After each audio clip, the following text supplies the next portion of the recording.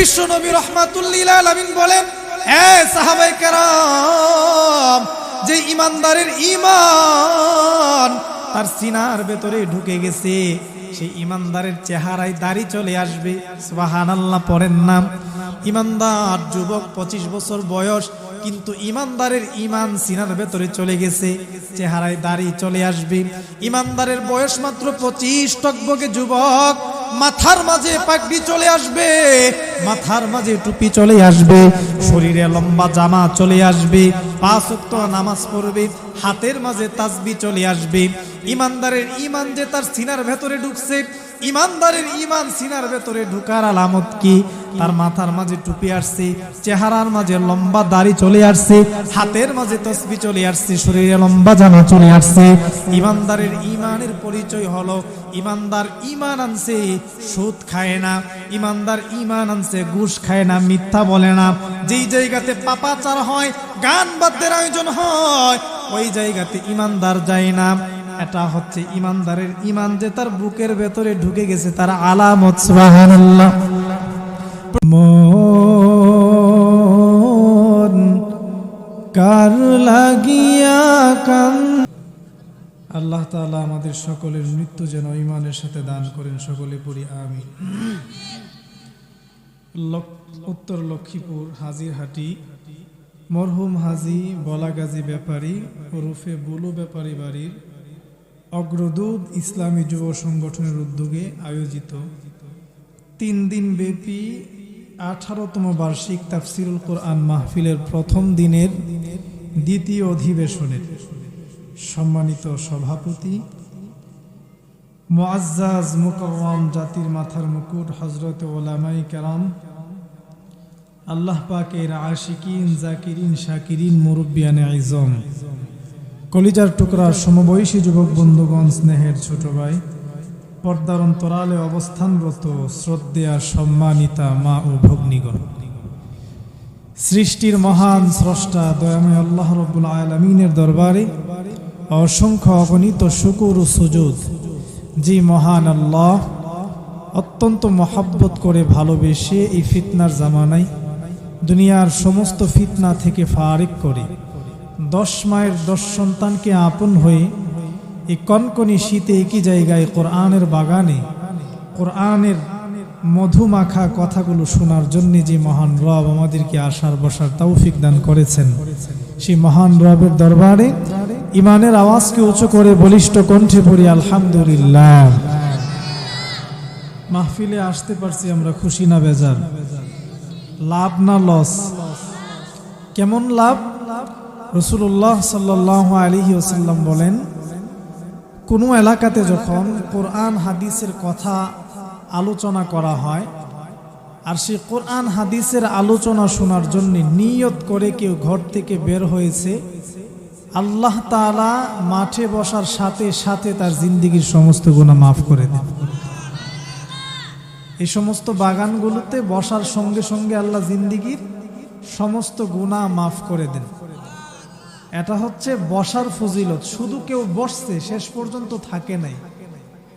রাসূল শুধু এতটুকু বলেই ক্ষান্ত হন নাই। নবীজি বলেন, এই দ্বীনি আলোচনা মুজাকারাগুলোতে যদি কেউ শেষ পর্যন্ত বসে থাকে এবং আলোচনার শেষে কেউ নিজের গুনাহের প্রতি অনুতপ্ত হয়ে আল্লাহর কাছে রুনা জারি করে, কান্না করে, তাওবা করে, আল্লাহ তাআলা তাকে নিষ্পাপ বানিয়ে এই মজমা থেকে বের করেন। সুবহানাল্লাহ। বাড়িতে মহিলারা শুনলে লজ্জা না, সমস্যা না নাকি? সুবহানাল্লাহ একটু জোরে পড়েন না। আপনাদের এলাকাতে কি মানুষ শুধু এই অল্প কিছু না আরো আছে?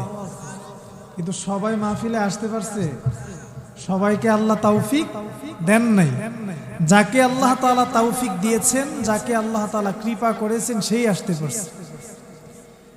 আমাদের প্রায় এলাকাতে আমরা কিন্তু বিষাক্ত সাপ দেখি। মাঝে মাঝে আপনারা দেখেন না বিষাক্ত সাপ? এই বিষাক্ত সাপ অতিরিক্ত বেড়ে গেলে কিন্তু আমরা এই সাপ ধরতে একটা ব্যক্তিকে ভাড়া করে আনি। এটার নাম কি? বাইদ্যা বা উজা, ঠিক না? এই বাইদ্যা বা উজাকে আনলাম। বাইদ্যা আর উজা যখন বিষাক্ত সাপ ধরে, ধরার আগে একটা বাঁশিও বাজায়। এই বাঁশির নাম কি? বিন বাঁশি। এই বিনবাসীর বৈশিষ্ট্য কি? বিষাক্ত সাপ এই বিনবাসীর আওয়াজ শুনলে গর্তে থাকতে পারবে না, বের হতেই হবে, এই বাঁশির সামনে চলে আসবে, ঠিক কি না?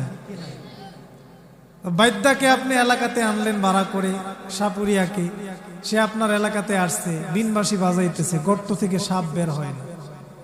অনেকক্ষণ পরে রাগ হয়ে যখন লাঠি দিছে বা নিজের হাতের লাঠি দিয়ে গর্ত খুঁড়ছে, খুঁড়ে দেখে ওইখানে একটা দোরা সাপ আছে। আচ্ছা বলেন তো, দোরা সাপের সামনে যদি সারা জিন্দিগি বিনবাসী বাজায়, গর্ত থেকে বের হবে? কারণ এই বিনবাসীর সম্পর্ক বিষাক্ত সাপের সাথে, ঠিক কি না? দোরা সাপের বিষ নাই, এই জন্য বিনবাসীর আকর্ষণে সে গর্ত থেকে বের হতে পারে না। যেই সাপের বিষ আছে, বিনবাসীর আওয়াজ শুনে গর্তে থাকতে পারে না। কোরআনের আকর্ষণ আছে না নাই? সবাই বলেন না, আছে না নাই? কোরআন এটা এমন এক জীবন্ত মুজিজা, কোরআনের আওয়াজ শোনার পরে ইহুদি কাফের মুশরিকরাও ঘরে বসে থাকতে পারতো না। সুবহানাল্লাহ পড়েন। বলবেন হুজুর কিভাবে? রাসূল করিম সাল্লাল্লাহু আলাইহি ওয়াসাল্লাম যখন কোরআনের তেলাওয়াত করতেন, রাসূলের সবচেয়ে বড় দুশমন ছিলেন আবু জাহেল। আবু জাহেল রাতের গভীরে সবাই যখন ঘুমিয়ে যেত, লুকিয়ে লুকিয়ে নবীজির কোরআন তেলাওয়াত শুনতে যেতেন, ঠিক কিনা বলেন?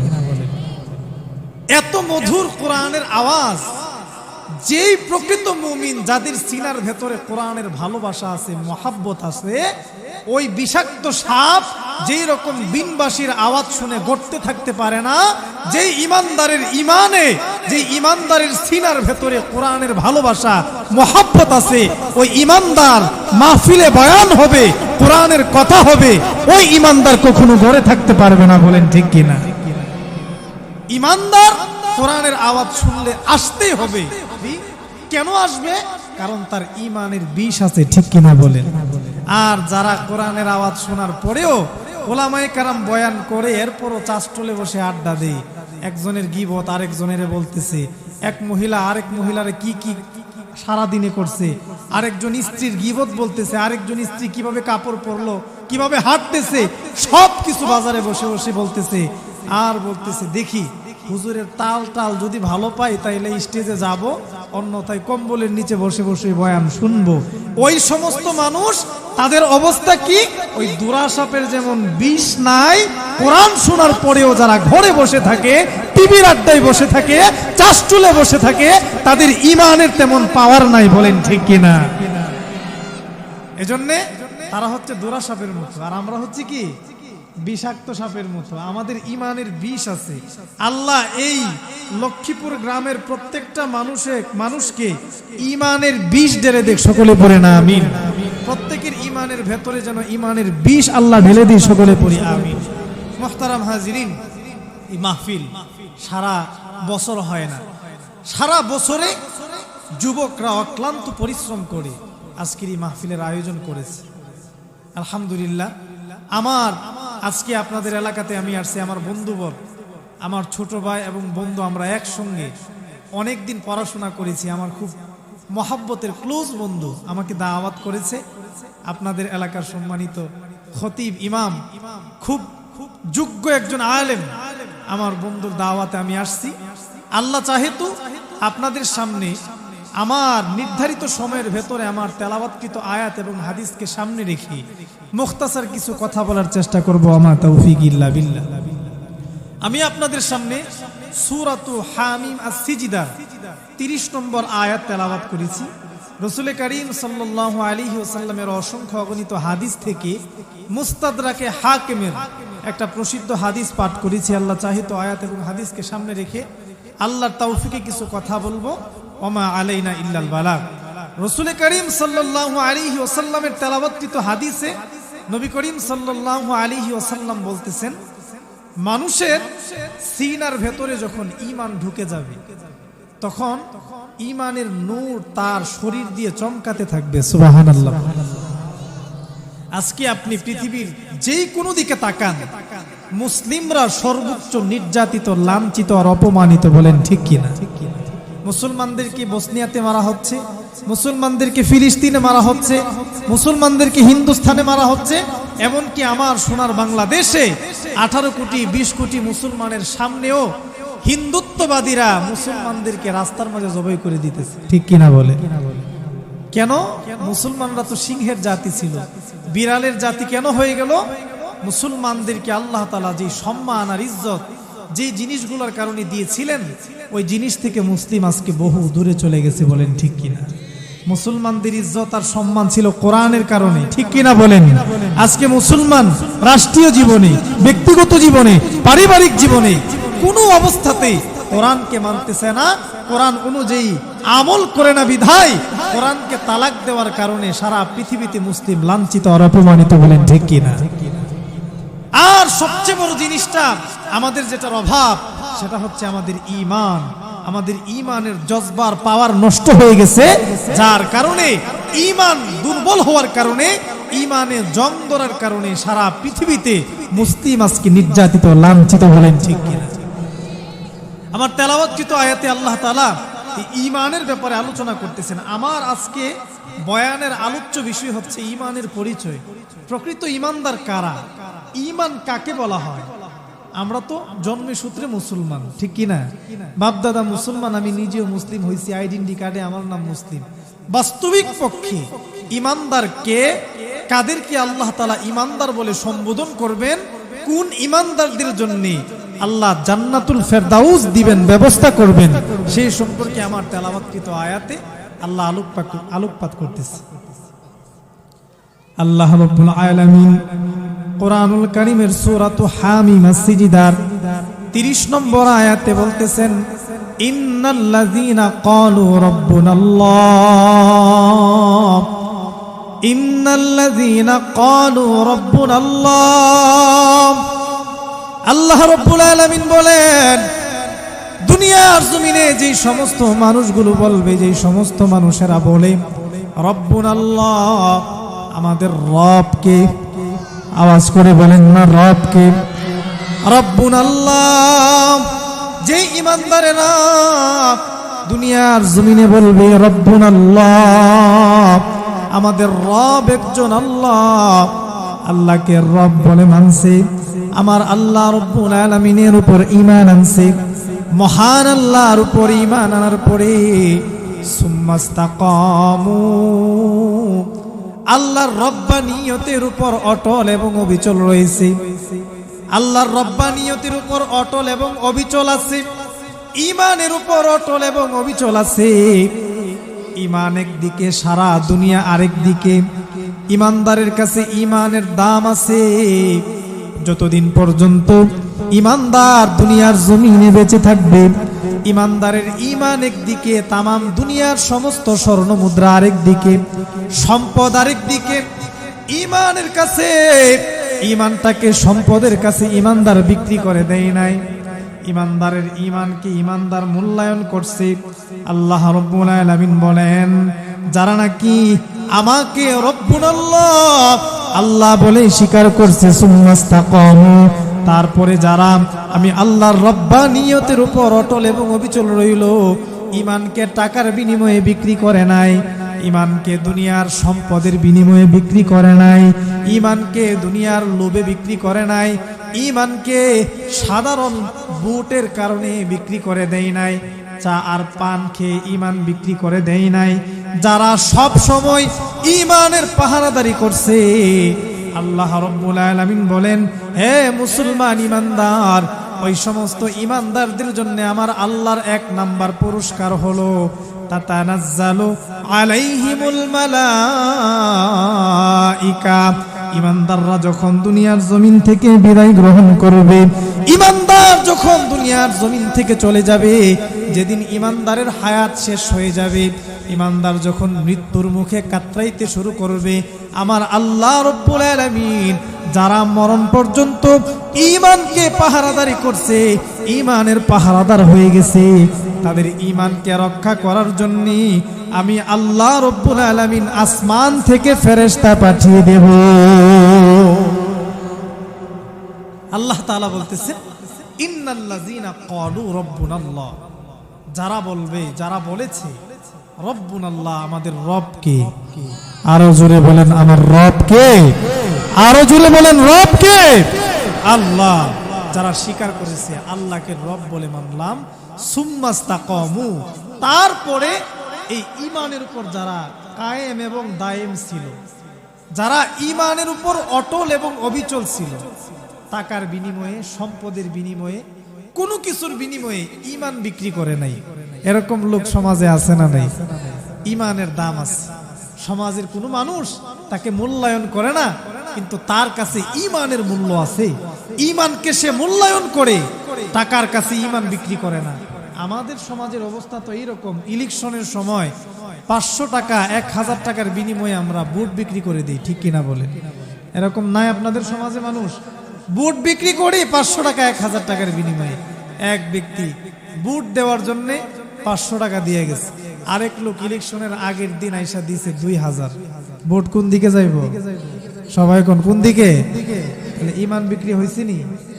ঈমান আমি 2000 টাকার কাছে বিক্রি করে দিলাম। আহা, সমাজের নেতা আমাকে বানাইছে, সমাজের সর্দার আমাকে বানাইছে।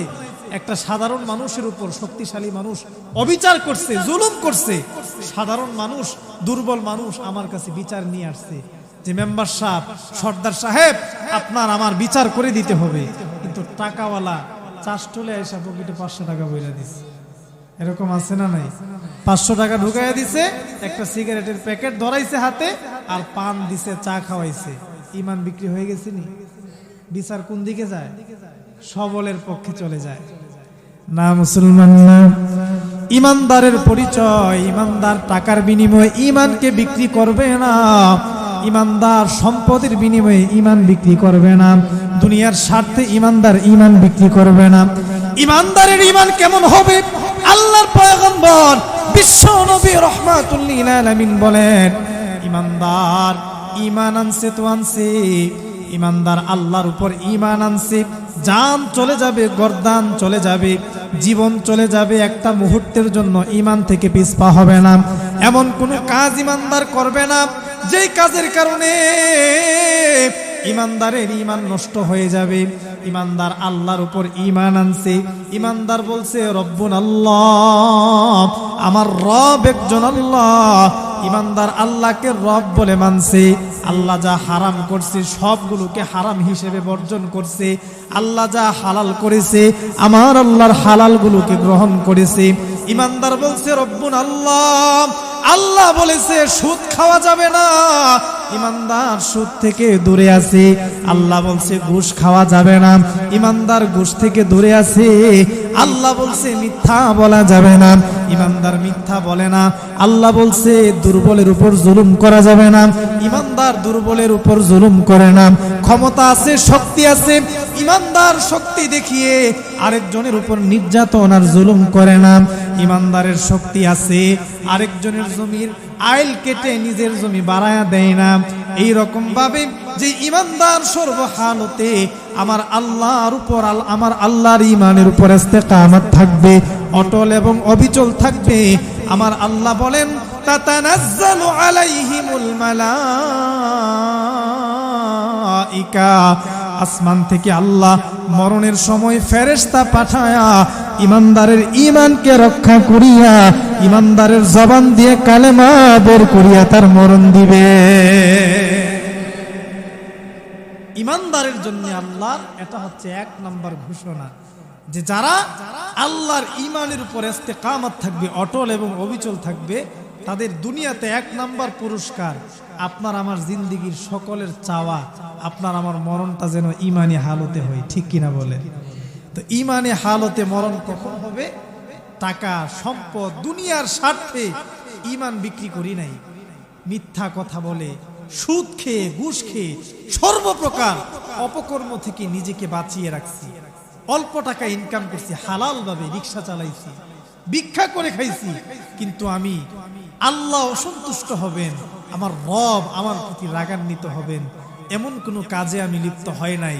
মরণ পর্যন্ত কষ্ট করে চলছি, কিন্তু ঈমানটাকে বিক্রি করি নাই, ঈমান নষ্ট করি নাই। এমন ভাবে কেউ মরলে আল্লাহ বলেন তার জবান দিয়ে কালেমা বের হবে, এটা আমার আল্লাহর ওয়াদা। সুবহানাল্লাহ। এই জবান দিয়ে আপনার আমার কালেমা বের হোক, আপনি আমি চাই না? সবাই চায়। ইমানের পথে অবিচল থেকে আমার মরণ যেন হয়। ইমানের পথে অবিচল থেকে আমার মরণ যেন হয়। আমিন পড়েন সবাই। তোমার কাছে মিনতি আমার, তোমার কাছে মিনতি আমার, মহামহিম দয়াময়।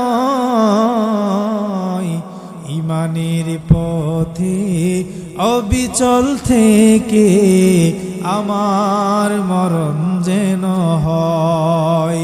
কোরআনের পথে অবিচল থেকে আমার মরণ যেন হয়। সকলে পড়েন আমিন। আল্লাহ যেন মরণের সময় আমাদেরকে ঈমান নসিব করে মৃত্যু দেন। সবাই আরব জুড়ে পড়েন আমিন। এক নম্বর, যারা ঈমানের উপর কায়েম এবং দায়েম থাকবে তাদের এক নম্বর পুরস্কার, জবান দিয়ে আল্লাহ কালেমা বের করবেন। সুবহানাল্লাহ। এই কালেমা বের হওয়ার জন্য আমাদের সকলের চাওয়া পাওয়া, আমরা সবাই চাই আমার মরণটা যেন ভালোভাবে হয়, ঈমানের সাথে হয়। কিন্তু ঈমানের সাথে মরণ কখন হবে? যখন আমার ঈমান সারা দুনিয়ার সবকিছুর চাইতে আমার কাছে বেশি মূল্যবান হয়ে যাবে, মূল্যবান হয়ে যাবে। ঠিক কিনা বলে? আল্লাহ রাব্বুল আলামিন এই কথাটাই বলতেছেন, ইন্নাল্লাযীনা ক্বালু রাব্বুনাল্লাহ সুম্মা ইসতাকামু তাতানাজ্জালু আলাইহিমুল মালাইকা। আল্লাহ বলেন, যারা নিশ্চয়ই যারা দুনিয়ার জমিনে স্বীকার করেছে রব্বুন আল্লাহ, আমাদের রব একজন আল্লাহ, আল্লাহকে আল্লাহ বলে মানার পরে সুম্মাস্তাকামু, ঈমানকে বিক্রি করে দেয় নাই, ঈমানের উপর অটল এবং অবিচল ছিল। তাতানাজ্জালু আলাইহিমুল মালাইকা, মরণের সময় ওই ঈমানদারের ঈমানকে হেফাজতের জন্য আমার আল্লাহ রব্বুল আলামিন আসমান থেকে ফেরেশতা পাঠাবেন। কেন পাঠাবেন? কারণ কখনো কখনো মরণের সময় এমন অবস্থা হয়ে যায়, অনেক নামাজি আছে ঈমান হারা হয়ে মরে যায়। ঠিক কিনা বলেন? অনেক নামাজি, অনেক রোজাদার, হজ করছে হাজী সাহেব, মরণের সময় চেহারা উল্টিয়ে যায়, চোখগুলা উল্টায়া দেয়, মুখ দিয়ে ফেনা বের করে দেয়, পায়খানা পেশাব পর্যন্ত করে দেয়। কেন এই রকম করে দেয়? কারণ অনেক ঈমানদারের ঈমান নষ্ট হয়ে যায় মৃত্যুর সময়। শয়তান তাকে ধোঁকা দেয়, তার ঈমানকে নষ্ট করে ফেলে। কেন নষ্ট করে ফেলে? যে ঈমানদাররা নামাজও পড়তো, মিথ্যা কথাও বলতো। ঈমানদার ঈমান নামাজও পড়তো, তারপরে সুদের সাথে তার সম্পর্ক। ঈমানদার নামাজ পড়তো, ঘুষের সঙ্গে তার সম্পর্ক। ঈমানদার নামাজ পড়তো, জুলুমের সঙ্গে তার সম্পর্ক ছিল। ঈমানদার নামাজ পড়তো, মানুষের চুগলখুরি করার অভ্যাস ঈমানদারের ভেতরে ছিল। নামাজ পড়ে মসজিদ থেকে বের হয়ে আরেকজনের সমালোচনায় লিপ্ত হয়ে যেত। কিভাবে আরেকজনের হক নষ্ট করা যায়, কিভাবে আরেকজনের টাকা মেরে খাওয়া যায়, কিভাবে সুদ লাগানো যায়, কিভাবে ঘুষ খাওয়া যায়, ওই টেনশনে ঈমানদার সব সময় ঘোরাঘুরি করত। নামাজ পড়তো, রোজা রাখতো, হজ করতো, যাকাত দিত, সবকিছু করত। কিন্তু নামাজ তাকে মিথ্যা কথা থেকে বাঁচাতে পারে নাই। নামাজ তাকে নামাজ তাকে সুদ থেকে বাঁচাতে পারে নাই। নামাজ তাকে ঘুষ থেকে বাঁচাতে পারে নাই। গুনার কাজ থেকে বাঁচাতে পারে নাই। নামাজ যুবককে গুনার কাজ থেকে বাঁচাতে পারে নাই। যুবক নামাজও পড়ে, আবার নারীদের উলঙ্গ সিনেমাও দেখে। আছে না নাই? আরো জোরে পড়েন না, আছে না নাই? নামাজও পড়তেছে, নামাজ পড়ার পরে ঘরে গিয়ে মোবাইলের মাঝে নাটক আর সিনেমা দেখা শুরু করে দেয়। রাত যত গভীর হয়, যুবকের উলঙ্গ সিন দেখা তত গভীর হয়। ঠিক কিনা বলেন? যে ঈমানদারেরা নামাজ পড়ার পরেও গুনার কাজের মাঝে লিপ্ত হয়ে যায়, তারা মৃত্যুর সময় তাদের জবান দিয়ে কালেমা বের হয় না। কিন্তু যে ঈমানদার নামাজ পড়েছে, আমার আল্লাহর বিধানগুলো মেনেছে, আমার আল্লাহর বিধানগুলোকে পুঙ্খানুপুঙ্খানুভাবে মানছে, ঈমানদারের টাকা নাই, পয়সা নাই, ঈমানদার সারাদিন রিক্সা চালায়, ইমানদার ভিক্ষা করে মাটি কেটে খায়, কিন্তু ইমানদারের দিলের ভেতরে আছে আল্লাহর ভয়। ইমানদার আল্লাহকে ভয় করে আর বলে না না, আমার আল্লাহ নিষেধ করেছেন, মিথ্যা বলা যাবে না। সুদ খেলে লাভ হবে, কিন্তু আমার আল্লাহ নিষেধ করেছেন সুদ খাওয়া যাবে না।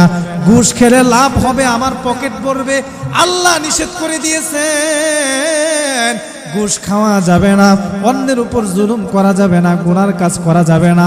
ইমানদার সারাদিন রিক্সা চালায়া গভীর রজনীতে ঘরের মাঝে ফিরে আসছে, ওযু করে যেই নামাজের মাঝে দাঁড়িয়ে গেছে আর আল্লাহর কাছে হাত তুলে কান্না করে, আল্লাহ দুনিয়াতে আমার কোনো দাম নাই, আমার কথাকে কেউ মূল্যায়ন করে না, আমার কথার কোনো মূল্য নাই। আল্লাহ সমাজের মানুষগুলো আমাকে দূর দূর করে তাড়িয়ে দেয়, আমার কথার কোনো গুরুত্ব দেয় না।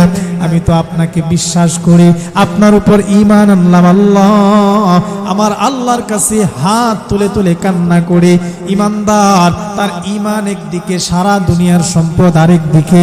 আমার নবী বলেন, এমন ঈমানদার যদি রিক্সা চালক হয়, এই ঈমানদার যদি মাটি কেটেও খায়, ভিক্ষাও করে, আমার আল্লাহ তার মরণের সময় তাকে অভ্যর্থনার স্বাগত জানানোর জন্য আসমান থেকে ঝাঁকে ঝাঁকে ফেরেশতা জমিনের মাঝে আমার আল্লাহ নাজিল করে দিবে। মুসলমান ভাইরা রে আমার, এই জন্যে আমাদের ঈমানের দাম নাই। মুসলমান আজকে সারা দুনিয়াতে মার খায়, ইহুদিরা মুসলমানদেরকে মারে, খ্রিস্টানরা মুসলমানদেরকে মারে, হিন্দুরা মুসলমানদেরকে মারে। মুসলমানরা আজকে নির্যাতিত, নিপীড়িত হয়ে গেছে। কেন হয়ে গেছে? কারণ মুসলমানদের কাছে টাকার দাম আছে, মুসলমানের কাছে সম্পদের দাম আছে, স্বর্ণের দাম আছে, জায়গার দাম আছে, দুনিয়ার সম্পদের দাম আছে, কিন্তু ঈমানের দাম মুসলমানের কাছে নাই। ঠিক কিনা বলেন? ঈমানের দাম নাই, ঈমানের দাম নাই। বলে হুজুর কিভাবে ঈমানের দাম নাই? মুসলমান যুবকের পকেটের মাঝে দামি আইফোন আছে, মুসলমান এই আইফোন নিয়ে গাড়ির মাঝে উঠে গেছে, একটু পরে পরে এই যুবক পকেটে হাত দেয়, চুরে আইফোন নিয়ে গেল না, ঠিকঠাক আছে, ঠিক কিনা?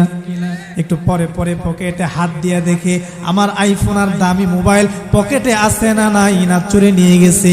মুসলমান ইমানদার, তার কাছে আজকে ঈমানের দাম নাই, মোবাইলের দাম আছে, মোবাইল পকেটে আছে না নাই বারবার চেক দেয়। মুসলমানের ঘরের মাঝে টাকা আছে, সম্পদ আছে, মুসলমান কয়েকদিন পরে পরে সিন্ধুকের ভেতরে, ডামের ভেতরে টাকা রাখছে, কয়েকদিন পরে পরে চেক দেয়, টাকাগুলো ঠিক আছে না ইন্দুরে কেটে ফেলছে। মুসলমান টাকা চেক দেয়। আমার মা বোন কানের মাঝে স্বর্ণের দুল পড়তেছে, গলার মাঝে স্বর্ণের চেইন পরে, রিক্সা দিয়ে হাঁটে, অটো দিয়ে বাজারে যায়, বারবার গলার মাঝে, কানের মাঝে মা বোন হাত দেয়, স্বর্ণ আছে না চুরে নিয়ে গেছে, ঠিক কিনা? আজকে মুসলমানের কাছে টাকার দাম আছে, স্বর্ণের দাম আছে, দুনিয়ার ক্ষণস্থায়ী জায়গার দাম আছে, কিন্তু মুসলমান যে জায়গা, যে স্বর্ণ টাকা ইমানদারের সঙ্গে যাবে না, মুসলমানের সঙ্গে যাবে না। প্রতিদিন এই স্বর্ণ আছে না নাই চেক দেয়, টাকা আছে না নাই চেক দেয়, কিন্তু মুসলমানের ঈমান, যে ঈমানটা মুসলমানের সবচেয়ে বড় দামি সম্পদ ছিল, যে ঈমান নিয়ে কবরে গেলে আমার আল্লাহ জিজ্ঞাসা করবে না তুমি কি টাকাওয়ালা ছিলে, সম্পদওয়ালা ছিলে, দুনিয়ার জমিনের কোন জমিনের বাদশা তুমি ছিলে, বাংলাদেশের বাদশা তুমি ছিলে না আমেরিকার রাজা তুমি ছিলে, আমার আল্লাহ জিজ্ঞেস করবে না। আমার আল্লাহ জিজ্ঞাসা করবে, এরে বান্দা, দুনিয়াতে আমি আল্লাহ তোমাকে পাঠিয়েছিলাম, আমি আল্লাহ তোমাকে আমার বান্দা হিসেবে পাঠিয়েছিলাম, আমার ইবাদত করার জন্য আমি তোমাকে ঈমান নামক দৌলত দিয়ে দুনিয়াতে পাঠিয়েছিলাম, সেই ঈমানটা আমার কাছে নিয়ে আসছো কিনা, জবাব দাও, ঠিক কিনা? আল্লাহ জিজ্ঞাসা করবে না টাকা নিয়ে আসছো কিনা, স্বর্ণগুলা নিয়ে আসছো কিনা। 10 ভরি 15 ভরি স্বর্ণ সিন্ধুকে জমায়া রাখলা, কোটি কোটি টাকা ইমানদার মুসলমান তার ব্যাংকে জমায়া রাখছে, এই টাকাগুলো সঙ্গে যাবে না, এই টাকার হিসাব কিন্তু আল্লাহ নিবে না। হিসাব নিবে কিসের? সবাই বলেন কিসের হিসাব নিবে? ঈমানের হিসাব নিবে। কিন্তু আফসোস মুসলমান আজকে মুসলমানের ঈমানের দাম নাই। সকাল সন্ধ্যা আপনার ঈমান আমি বিক্রি করে দিতেছি। একটা চায়ের কাছে আপনার আমার ঈমান আমি বিক্রি করে দেই, এক প্যাকেট সিগারেটের কাছে আপনার আমার ঈমান বিক্রি হয়ে যায়। ইলেকশনের সময় 500 টাকার বিনিময়ে ভোট বিক্রি করে দেই, আরেকজনের জমির আইল কেটে আমার ঈমান নষ্ট করে ফেলি। আছে না নাই? আপনাদের এলাকাতে নাই, আমাদের এলাকাতে আছে। আইল কাটা লোক নাইও, আরেকজনের আইল আধা কানি কাইটটা এক কানি বানাইলিস, এরকম হয় কি হয় না? আল্লাহ তাদেরকে হেদায়েত দান করুন, সকলে পড়ি আমিন। তাহলে আজকে মুসলমানের কাছে সব কিছুর দাম আছে, কিন্তু ঈমানের দাম নাই। একটা দিনও মুসলমান চিন্তা করে না, স্বর্ণ চেক দিলাম, পকেটের মোবাইল চেক দিলাম, টাকা চেক দিলাম, আমার সিনার ভেতরে ঈমান আছে না নষ্ট হয়ে গেছে? চেক দেওয়ার দরকার আছে না নাই? আওয়াজ করে বলেন না, আছে না নাই? আল্লাহ এই কথাটাই বলতেছেন, ইন্নাল্লাযীনা ক্বালু রাব্বুনাল্লাহ, নিশ্চয় যারা দুনিয়ার জমিনে স্বীকার করেছে রব্বুনাল্লাহ, আমাদের রব একজন আল্লাহ, আল্লাহকে আল্লাহ বলে মানার পর সুম্মাস্তাকামু, মরণ পর্যন্ত যারা ঈমানকে চেক দিছে, টাকা যে এরকম চেক দেই, ঈমানকে প্রতিদিন চেক দিছে, আর চিন্তা করছে আমি তো মুসলমান, আমার ঈমান আছে না গেছে? নামাজ পড়ছি আবার কবিরা গুনাহ করলাম, ঈমান তো নাই, দৌড়াইয়া আল্লাহর সামনে চলে আসছে, হাত তুলে তাওবা করছে। এই রকম ভাবে মরণ পর্যন্ত কোনো ঈমানদার যদি তার ঈমানটাকে হেফাজত করতে পারে, সারা দুনিয়া একদিকে, ঈমান আরেকদিকে, আমার আল্লাহ নিজে ওয়াদা করতেছেন মৃত্যুর সময় তার জবান দিয়ে কালিমা বের হবে, সুবহানাল্লাহ। তাতানাজ্জালু আলাইহিমুল মালাইকা, আসমান থেকে আমার আল্লাহ ঝাঁকে ঝাঁকে ফেরেশতা নাজিল করবেন ঈমানদারের ঈমান হেফাজতের জন্য। শুধু তাই না, ফেরেশতারা এসে ঈমানদারকে ডাক দিয়ে বলবেন, এই ঈমানদার, দুনিয়ার জমিনে লোভ দেখানো হয়েছে, টাকা পয়সার তুমি লোভে পড়ো নাই, লক্ষ কোটি টাকার লোভ দেখানো হয়েছে, ঈমান টাকার কাছে বিক্রি করে দেও না, ঈমানটাকে হেফাজত করছো। আজকে মরণের সময় তোমার কোনো ভয় নাই, তোমার কোনো পেরেশানি নাই, তোমাকে আমার আল্লাহ চেহারার সামনে আল্লাহর কাঙ্ক্ষিত জান্নাত দেখায় মরণ দিবে। আল্লাহ তাখাফু, তোমার কোনো ভয় নাই, ওয়ালা তাহজানু, কোনো পেরেশানি নাই, ওয়া আবশিরু বিল জান্নাতিল্লাতী কুনতুম তুআদুন। আমার আল্লাহ তাআলা ঈমানদারদের জন্য যে জান্নাতের ওয়াদা করেছেন, ঈমানদাররা যদি ঈমানকে হেফাজত করে, আমার আল্লাহর বিধানগুলো মানে নামাজ পড়ে, রোজা রাখে, হজ করে, যাকাত দেয়, গুনাহগুলোকে ছেড়ে দেই, বর্জন করে, আল্লাহ বলেন আমি যে কাঙ্ক্ষিত জান্নাতুল ফেরদাউসের ওয়াদা আমার ঈমানদারদের সঙ্গে করলাম, তারা যদি দুনিয়ার সম্পদের কাছে ঈমানকে বিক্রি না করে, আমি আল্লাহ মরণের আগে আগে তাদের চেহারার সামনে জান্নাতের চিত্রটা তুলে ধরব। সুবহানাল্লাহ, তো আসতে বললেন, জান্নাতের চিত্র আল্লাহ আপনার আমার চেহারার সামনে তুলে ধরবেন। কোন ঈমানদারদের? যে ঈমানদার নামাজও পড়ে, সুদও খায়। কথা বলেন, নামাজও পড়েছে, আল্লাহর বিধান মানছে, মানে আল্লাহ কোরআনে যা কিছু হারাম করছে সব কিছু বর্জন করছে। কষ্ট হয়েছে, রিক্সা চালায়, 500 টাকা প্রতিদিন ইনকাম করে, ছেলে মেয়ের ভরণ পোষণ দিতে কষ্ট হয়, কিন্তু হারাম রাস্তায় পা বাড়ায় না। এমন ঈমানদার যদি মরে যায়, রিক্সা চালক হয়, দেখবেন মৃত্যুর সময় মুচকি হেসে হেসে অনেকে মারা যায়। ঠিক কিনা বলে? অনেক মানুষ মৃত্যুর সময় আসমানের দিকে তাকায় মুচকি হাসে, আর কিছু মানুষ মরার সময় দেখবেন চোখ বড় হয়ে যায়, মুখ দিয়ে ফেনা বের করে দেয়, জিব্বাতে কামড় মারে, পায়খানা পেশাব পর্যন্ত করে দেয়। আছে না নাই? মৃত্যুর সময় আপনি বুঝতে পারবেন কে জান্নাতি আর কে জাহান্নামী। মৃত্যুর সময় যদি কোনো মুসলমান মুচকি হাসে, তার মৃত্যু যদি সহজে হয়, চোখ বড় বড় না হয়, জিব্বাতে কামড় না দেয়, বোঝা যাবে সে প্রকৃত ঈমানদার। আল্লাহ তার কোনো আমল কবুল করে তার চেহারার সামনে জান্নাত তুলে ধরছে। সুবহানাল্লাহ। আর যদি এমন হয় নামাজি ছিল, রোজাদার ছিল, কিন্তু মরণটা ভয়ঙ্কর ভাবে হয়েছে, অনেকে মল ত্যাগ করে দেয়, মুখ দিয়ে ফেনা বের হয়ে গেছে, জিব্বায় কামড় মারছে, চোখ বড় বড় হয়ে গেছে, চেহারা কালো হয়ে গেছে, বুঝতে হবে শয়তান তার ঈমান নষ্ট করে ফেলছে। তখন সে শয়তানের ধোঁকায় পড়ে বেঈমান হয়ে মারা গেছে। নাউজুবিল্লাহ। এজন্য ভাই, মৃত্যুর সময় আমাদের জবান দিয়ে যেন কালেমা বের হয়, এইরকম আমলের দরকার আছে না নাই? কেমন ইমানদার হলে জবান দিয়ে কালেমা বের হবে?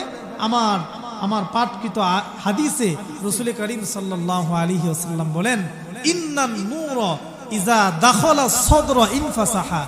ঈমানের নূর যখন সিনার ভেতরে প্রবেশ করবে তখন সারা শরীরে ঈমান চমকাইতে থাকবে। সুবহানাল্লাহ।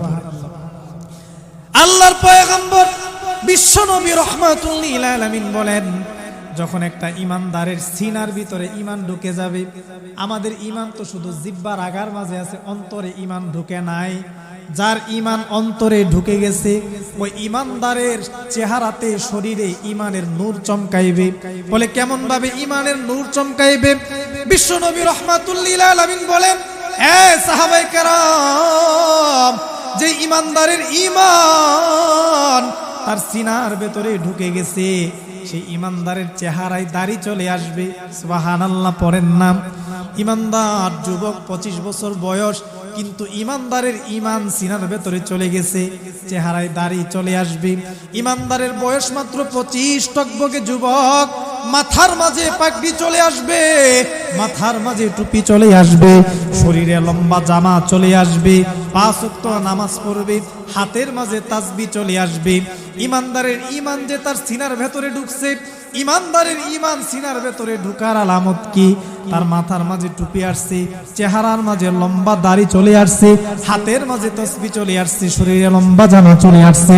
ঈমানদারের ঈমানের পরিচয় হলো ঈমানদার ঈমান আনছে সুদ খায় না, ঈমানদার ঈমান আনছে ঘুষ খায় না, মিথ্যা বলে না।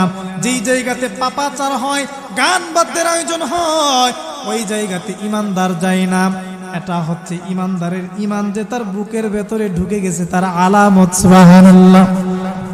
প্রকৃত ঈমানদার যার সিনার ভেতরে ঈমান ঢুকছে, আল্লাহর পয়গম্বর বলেন, যার সিনার ভেতরে ঈমান ঢুকে গেছে ওই মানুষটার শরীর দিয়ে ঈমানের নূর চমকাইতে থাকবে।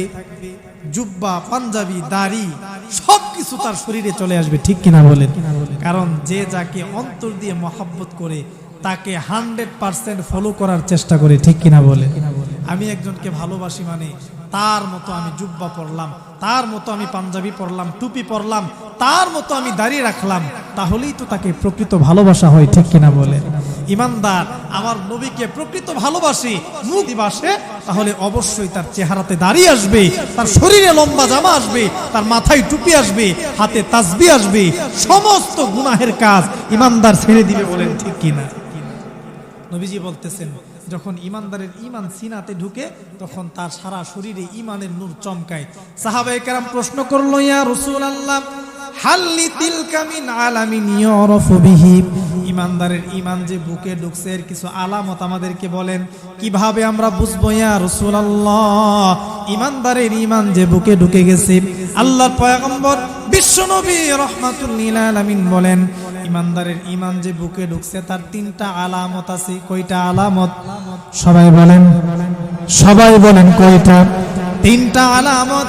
আল্লাহর পয়গম্বর বিশ্বনবী রাহমাতুল লিল আলামিন বলেন, ঈমানদারের ঈমান যে বুকে ঢুকছে শুধু মুখে মুখে নিজেকে মুসলমান বলে না, অন্তর দিয়ে আমার আল্লাহকে ভালোবাসে, আমার নবীকে ভালোবাসে, কোরআনকে মহব্বত করে।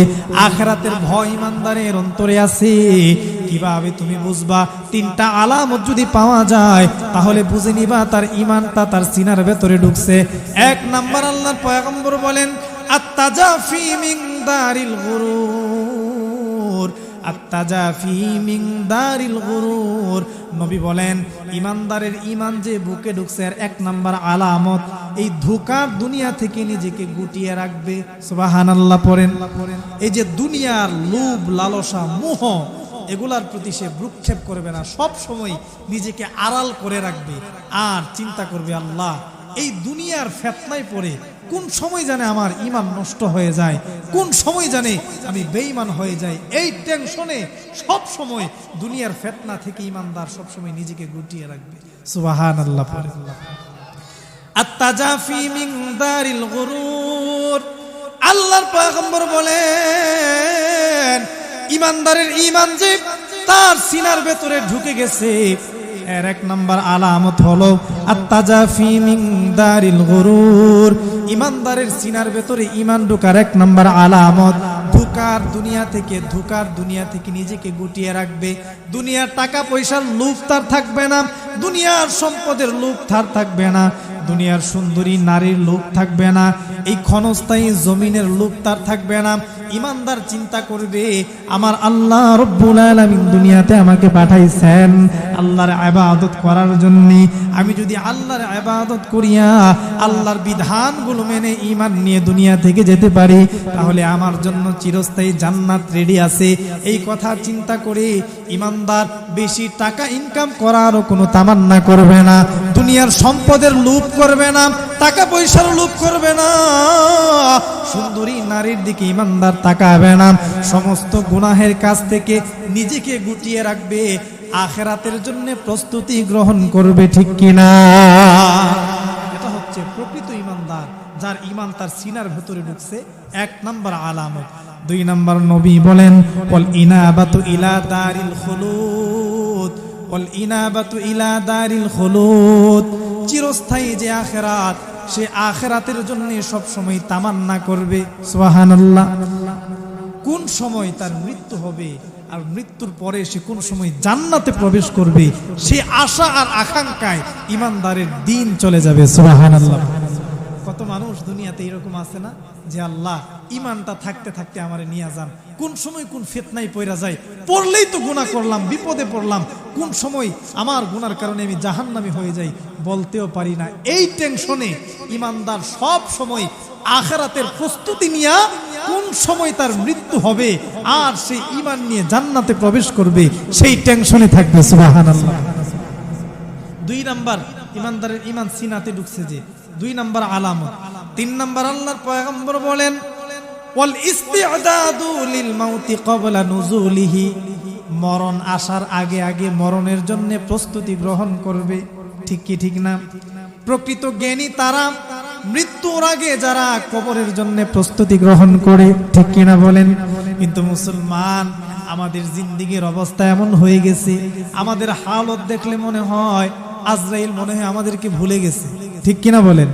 আজরাইল মনে হয় আমাদেরকে ভুলে গেছে, খুব সহজে আজরাইল আমাদের কাছে আসবে না।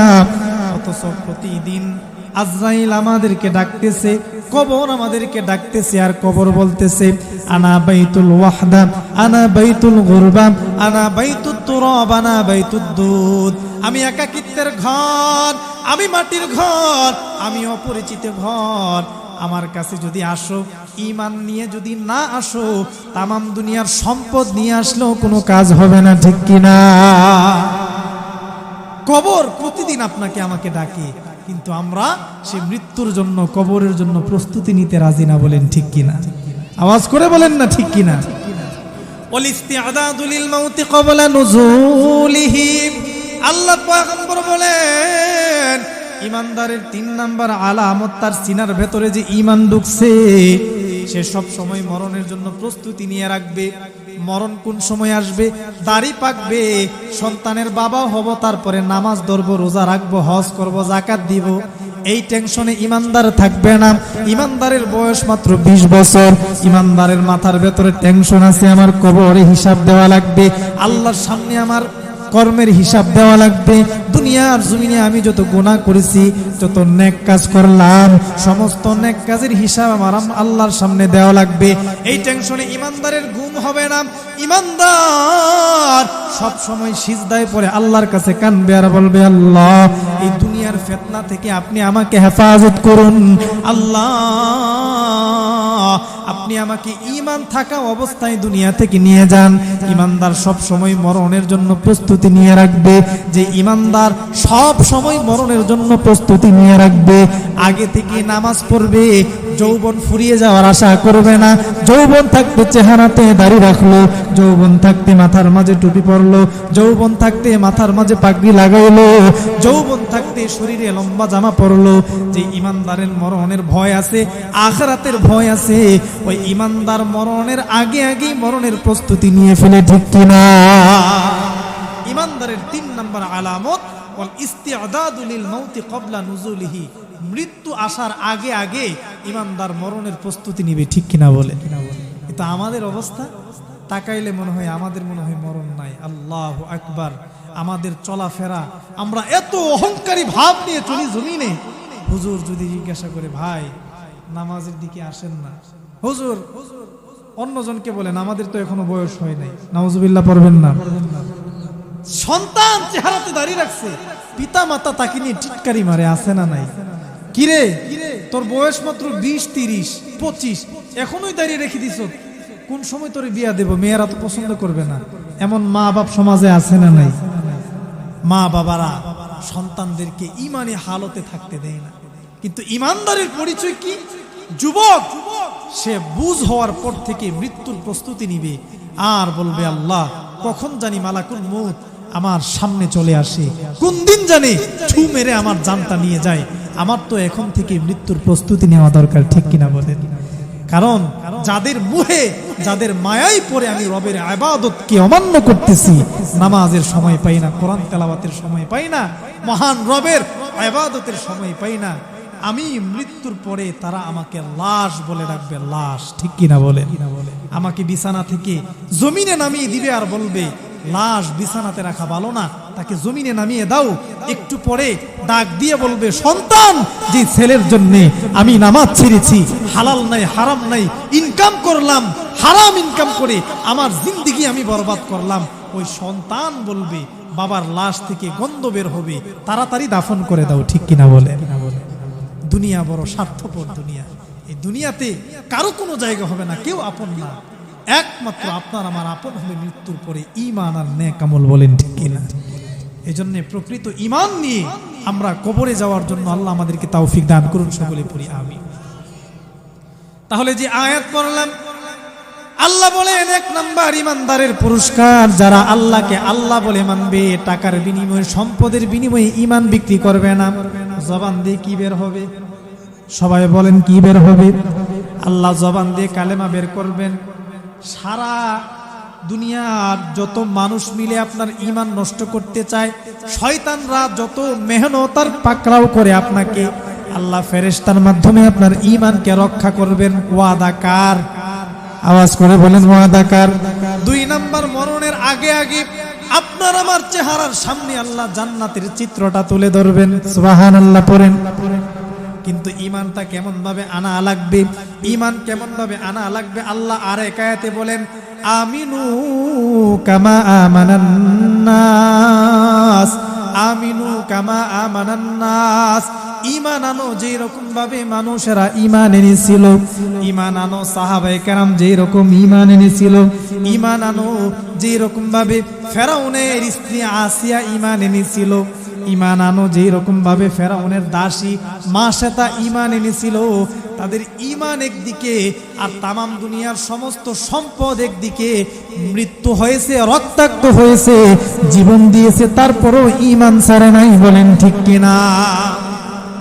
সাহাবাওয়ালা ঈমান যদি আপনার আমার হয়ে যায়, আজকের এই দিনে আল্লাহ রাব্বুল আলামিন আপনার আমার চেহারার সামনে জান্নাতের চিত্র তুলে ধরবেন। সুবহানাল্লাহ পড়েন।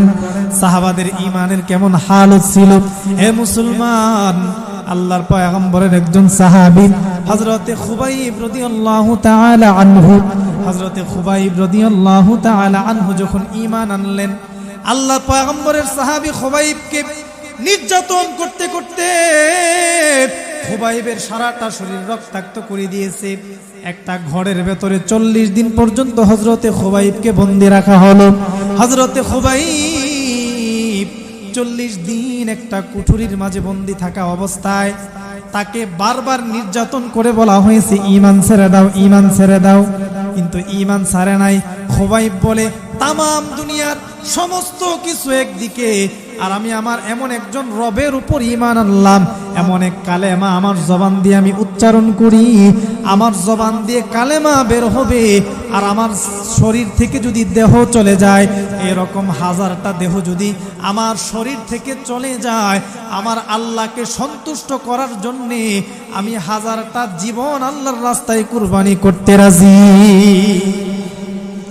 মুসলমান ভাইরা আমার, ওই রকম সাহাবাওয়ালা ঈমান যদি আপনার আমার হয়ে যায়, আজকের এই দিনেও আপনার আমার চেহারার সামনে আমার আল্লাহ জান্নাতরা তুলে ধরবেন। সুবহানাল্লাহ পড়েন, আর আওয়াজ করে চিল্লায় পড়েন না সুবহানাল্লাহ।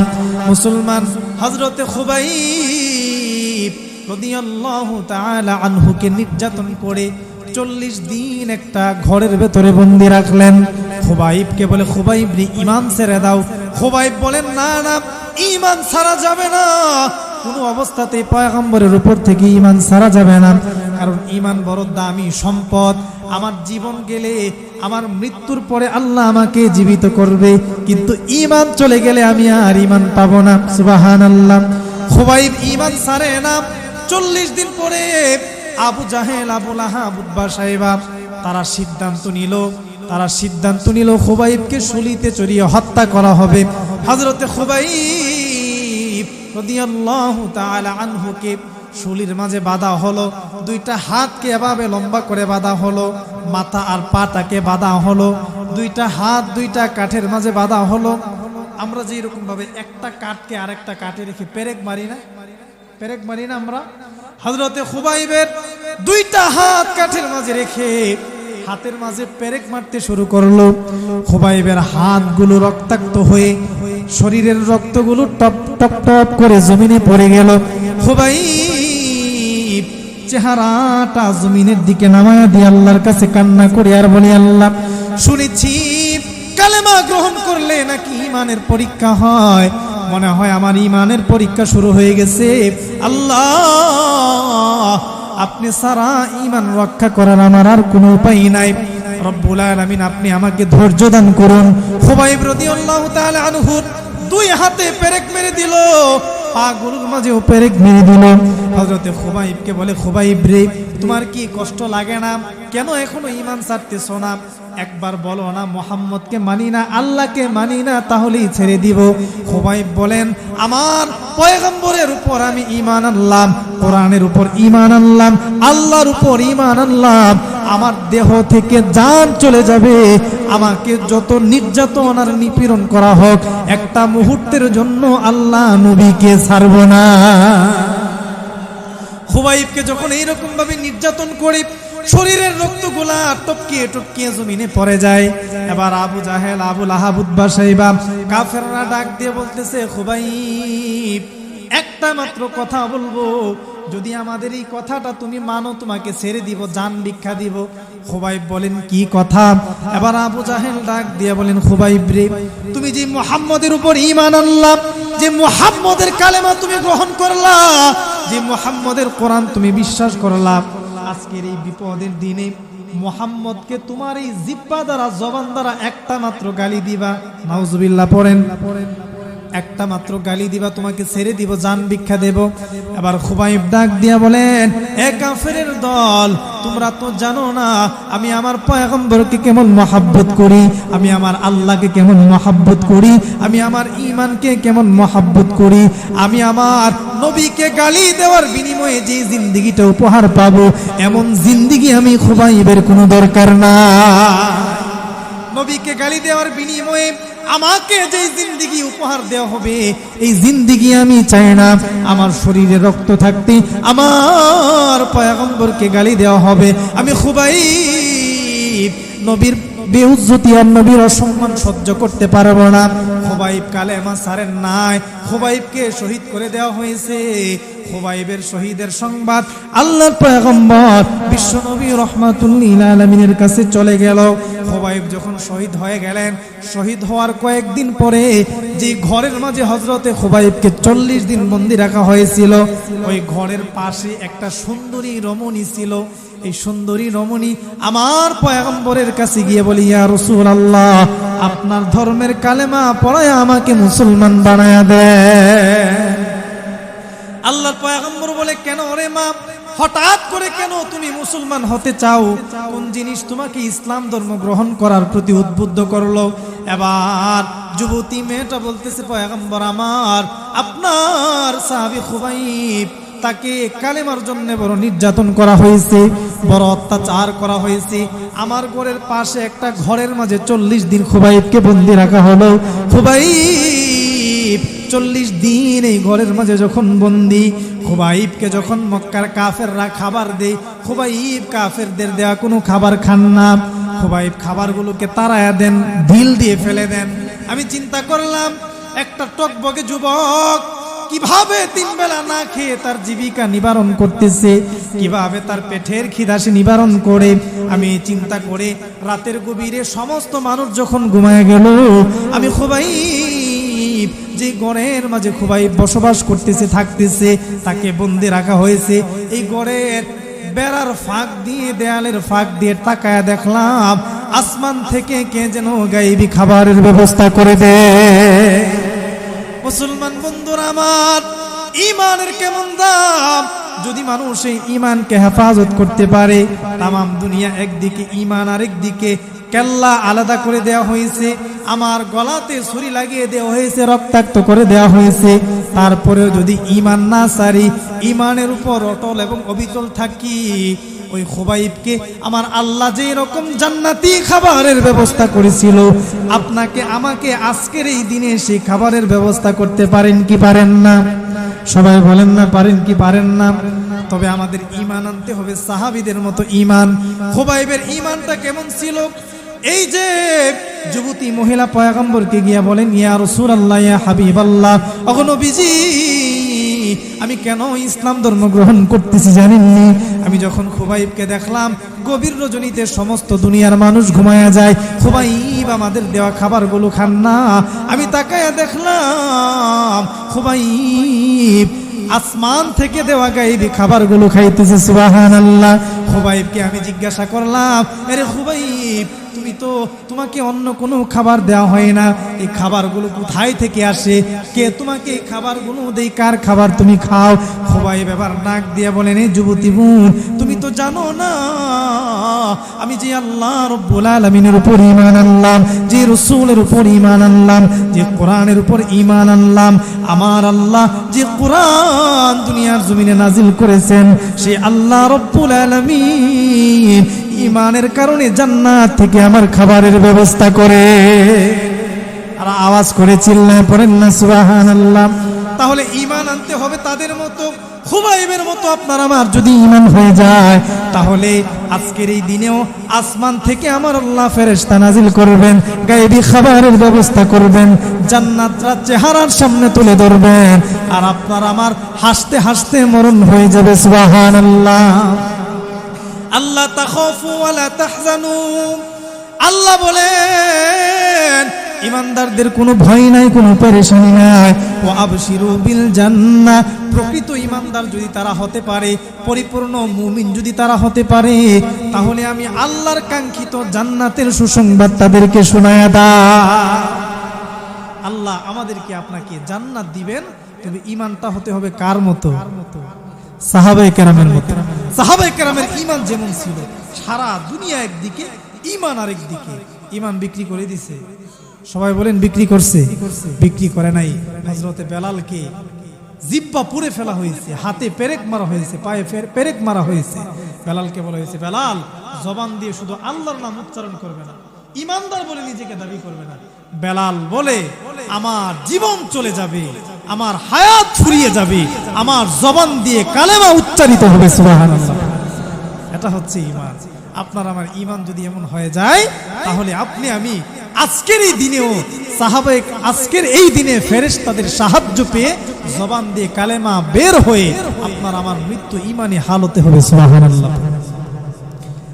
আমিনু কামা আমানান নাস, এমন ভাবে ঈমান আনো যে রকম ভাবে সাহাবায়ে কেরাম ঈমান এনেছিলেন।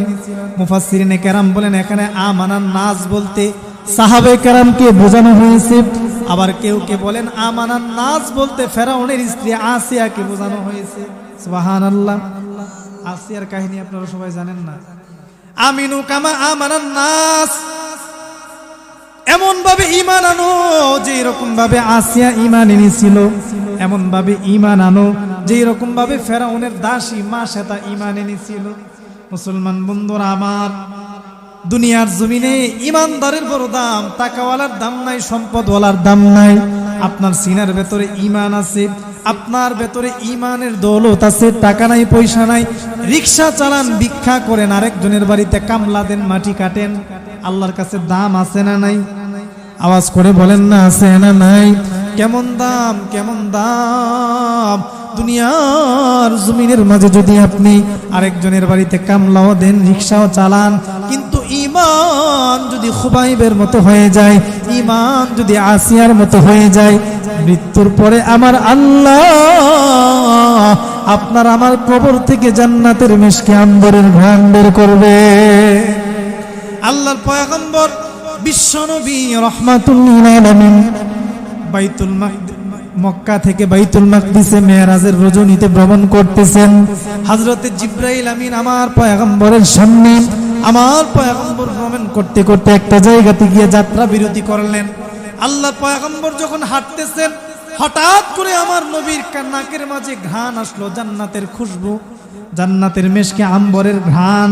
আল্লাহর পয়গম্বর বিশ্বনবী রাহমাতুল্লিল আলামিন জিবরাইলকে ডাক দিয়ে বলে, জিবরাইল, একটা কবর থেকে মনে হয় জান্নাতের মিশকের ঘ্রাণ আসতেছে। কোন সেই কবর? এটা কি দুনিয়ার কোন রাজা বাদশার কবর, নাকি কোন সম্পদশালীর কবর, নাকি কোন সাহাবায়ে কেরামের কবর? আরে জিবরাইল, এই কবরের রহস্য তুমি আমাকে বলে দাও। জিবরাইল এবার আমার পয়গম্বরকে বলেন, ইয়া রাসূলুল্লাহ, ইয়া হাবিবাল্লাহ, ওগো নবীজি, লম্বা চড়া সফর, আপনার বাইতুল মাকদিস থেকে সিদরাতুল মুনতাহা পর্যন্ত ভ্রমণ করতে হবে, 7 আসমান ভ্রমণ করবেন আপনি। এখন এই কবরের কাহিনী, ইতিহাস বর্ণনার সময় নাই, নবীজি আপনি সামনের দিকে চলুন। আমার নবী আবার জিবরাইলকে ডাক দিয়া বলেন, আরে জিবরাইল, যতক্ষণ পর্যন্ত এই কবরের রহস্য আমার সামনে বর্ণনা না করা হবে, আমি নবীজির সামনে কদম বাড়াবো না। আল্লাহর নবী যখন এই কথা বললেন, জিবরাইল আবার আমার নবীকে ডাক দিয়া বলেন, ইয়া রাসূলুল্লাহ, আপনি কবরের রহস্য আর ইতিহাস জানতে চান? এই কবর তো দুনিয়ার কোনো রাজা বাদশার কবর না, টাকাওয়ালার কবর না, কোনো সম্পদশালী বংশীয় কোনো মানুষের কবর না। নবী বলেন, রে জিবরাইল, তাহলে কার কবর? কার কবর থেকে এত সুন্দর জান্নাতের মিশকের ঘ্রাণ বের হয়? জিবরাইল এবার ডাক দিয়া বলেন, নবী গো, এই কবর হচ্ছে ফেরাউনের দাসী মা শ্বেতার কবর। সুবহানাল্লাহ পড়েন। নবী বলেন, কেন মা শ্বেতার কবর থেকে জান্নাতের ঘ্রাণ বের হয়? এবার জিবরাইল বলেন, ইয়া রাসূলুল্লাহ, ইয়া হাবিবাল্লাহ, ওগো আল্লাহর নবীজি, মা শ্বেতার ঈমান কেমন ছিল জানেননি? হযরতে মা শ্বেতা ঈমান আনছে, লুকিয়ে লুকিয়ে আল্লাহর কোরআন আল্লাহর তেলাওয়াত করত, আল্লাহর ইবাদত করত, মুসা আলাইহিস সালামের ধর্ম মানত। হঠাৎ করে একদিন মা শ্বেতা যখন ফেরাউনের মেয়ের চুল আঁচড়াতে গেছিল, হাত থেকে চিরুনিটা জমিনে পড়ে গেছে, নিজের মনের অজান্তে মুখ দিয়ে বিসমিল্লাহ বের হয়ে গেছে। সুবহানাল্লাহ। জবান দিয়ে যখন বিসমিল্লাহ বের হয়ে গেছে, ফেরাউনের মেয়ে ডাক দিয়ে বলে, মা শ্বেতা, তুমি যে জবান দিয়ে যে নামটা উচ্চারণ করলে, এটা কার নাম? মা শ্বেতা বলে, এমন একজন রবের নাম উচ্চারণ করলাম যে রব তোমারও রব, তোমার বাবারও রব, আমারও রব, আসমান জমিন সব কিছুর রব। চিল্লায় পড়েন সুবহানাল্লাহ। এবার ফেরাউনের মেয়ে বাবাকে গিয়ে বলে, বাবা, মনে হয় দুধ কলা খাইয়ে আপনি কাল সাপ পালছেন। বলে, কেন? বলে, আপনার খায়, আপনার পরে আপনার রিজিক খায়, আপনার সব কিছু খায়, তারপরে আপনাকে রব মানে না। বলে, কি বলো? বলে, মা শ্বেতা তো আপনাকে রব বলে মানে না, খোদা মানে না। বলে, কাকে খোদা মানে? বলে, মুসার রবকে খোদা মানে। এবার ফেরাউন ডাক দিয়ে মা শ্বেতাকে তার সামনে নিয়ে আসলো আর বলল, মা শ্বেতা, যা শুনলাম তা কি সত্য? মা শ্বেতা বলো, কি শুনছো? বলে, শুনলাম তুমি নাকি মুসার রবকে রব বলে মানো, তুমি নাকি আমাকে রব বলে মানে না। এবার মা শ্বেতা বলো, এ ফেরাউন, আমি তো এমন একজন রবকে রব মানি যে আমারও রব, তোমারও রব, যে আমাকেও সৃষ্টি করছে, তোমাকেও সৃষ্টি করছে। সুবহানাল্লাহ পড়েন, আর আওয়াজ করে চিল্লায় পড়েন না সুবহানাল্লাহ। এ ফেরাউন, আমি তো এমন একজন রবকে রব মানি যে তোমাকেও জন্ম দিছে, আমাকেও জন্ম দিছে। ফেরাউনের মাথাটা গরম হয়ে গেছে। বলে, কয় কি? আমার ঘরে থাকে, আমার খায়, আমার পরে আমাকে রব বলে মানে না। মাথাটা গরম। ডাক দিয়ে বলে, মা শ্বেতা, এখনো সময় আছে, আমাকে রব বলে মানো, আনা রব্বুকুমুল আ'লা, আমি হচ্ছি বড় রব। নাউজুবিল্লাহ পড়েন। আমি বড় রব, আমাকে রব বলে না মানিয়া কাকে তুমি রব বলে মানতেছো? মাসেতা বলে, যতই নির্যাতন আর নিপীড়ন করো, আমার আল্লাহর উপর ঈমান আনছি, নির্যাতন আর নিপীড়নে ঈমানকে ছাড়ব না। ফেরাউন চিন্তা করলো, হায় হায়, কয় কি ঈমান ছাড়বে না, কি করা যায়? বলে, এই যাও দেখো তার ঘরের ভেতরে গিয়ে তার কোনো সন্তান, তার কোনো ফ্যামিলির সদস্য আছে কিনা, তাদেরকে আমার কাছে নিয়ে আসো। তার সামনে তাদেরকে যদি শাস্তি দেওয়া হয়, মনে হয় ঈমান ছেড়ে দিতে পারে। এই কথা চিন্তা করে ফেরাউন তার কিছু চেলা যারা আছে তাদেরকে পাঠালেন, মন্ত্রিসভার কিছু লোককে। ফেরাউনের মন্ত্রিসভার কিছু লোক চেলারা গিয়ে এই মাসেতার ঘরে গিয়ে তার 3টা শিশু বাচ্চাকে পেল। কয়টা? 3টা শিশু বাচ্চা। ফেরাউনের অনুমতিক্রমে মাসেতার 3টা সন্তানকে তার সামনে হাজির করা হলো। এবার মাসেতাকে ফেরাউন ডাক দিয়ে বলেন, রে মাসেতা, তোমার এই যে 3টা ফুটফুটে সন্তান, এই সন্তানগুলোকে আমি এখন তোমার সামনে হত্যা করে ফেলবো। বলে আল্লাহ, ঈমানের পরীক্ষা চলতেছে, ঈমানের পরীক্ষায় আপনি আমাকে বিফল করবেন না। আল্লাহর কাছে কান্নাকাটি করে জমিনের দিকে চেহারাটাকে রাখছে, সন্তানের দিকে তাকায় তাকায় কান্দে। সন্তানের জবান আল্লাহ কুদরতিভাবে খুলে দিছে। সুবহানাল্লাহ পড়েন। সন্তান এবার 4 বছরের শিশু সন্তান মাকে ডাক দিয়ে বলে, আম্মা, ফেরাউনের অত্যাচারে ঈমান ছাড়বেন না, কারণ ফেরাউন যেই ডেক্সির মাঝে আমাদেরকে ঢালতেছে, এটা তো ডেক্সি না আম্মা, এই ডেক্সির ভেতরে আমরা জান্নাতের দরজা দেখতে পাইতেছি। জান্নাতের দরজা, আমরা ডেক্সিতে প্রবেশ করতেছি আর জান্নাতে ঢুকতেছি না। আপনার পেরেশানি আর টেনশনের দরকার নাই। এবার মা মুচকি মুচকি হাসে। ফেরাউন বলে, মুচকি মুচকি কেন হাসো? মা সেটা আবার বলে, তুমি যে ঈমানের কারণে আমার 3টা সন্তানকে ধ্বংস করে দিলা, এই সন্তানরা শহীদ হওয়ার বদৌলতে আমার আল্লাহ আমার চেহারার সামনে কাঙ্ক্ষিত জান্নাতটাকে তুলে ধরেছে। মুসলমান ভাইরা আমার খুব ভালোভাবে খেয়াল করবেন, হুজুর চলে আসছে, 2 মিনিটে আমি শেষ করে দিচ্ছি।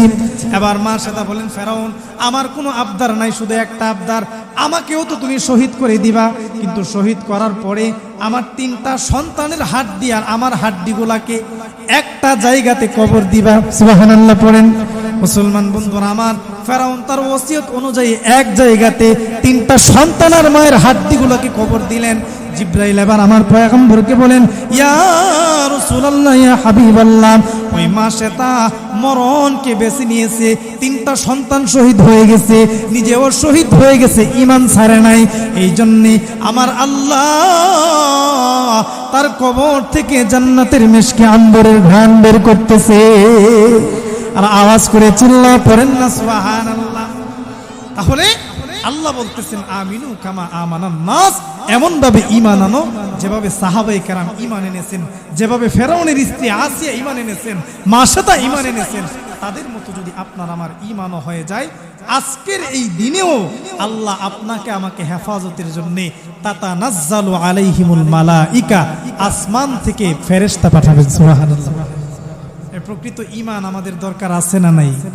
ঈমান আনছি, সুদ, ঘুষ, মিথ্যা, জিনা, ব্যভিচার, যত ধরনের গুনাহ আছে সব কিছু বর্জন করা লাগবে। পারবো না ইনশাআল্লাহ? আল্লাহ তাআলা আমাদের সকলকে প্রকৃত মুমিন হওয়ার তৌফিক দান করুন। মৃত্যুর সময় যেন আমাদের ঈমানের কারণে আল্লাহ জবান দিয়ে কালেমা নসিব করে। সকলে পড়ি আমিন। ওমা আলাইনা ইল্লাল বালাগ। আসসালামু আলাইকুম।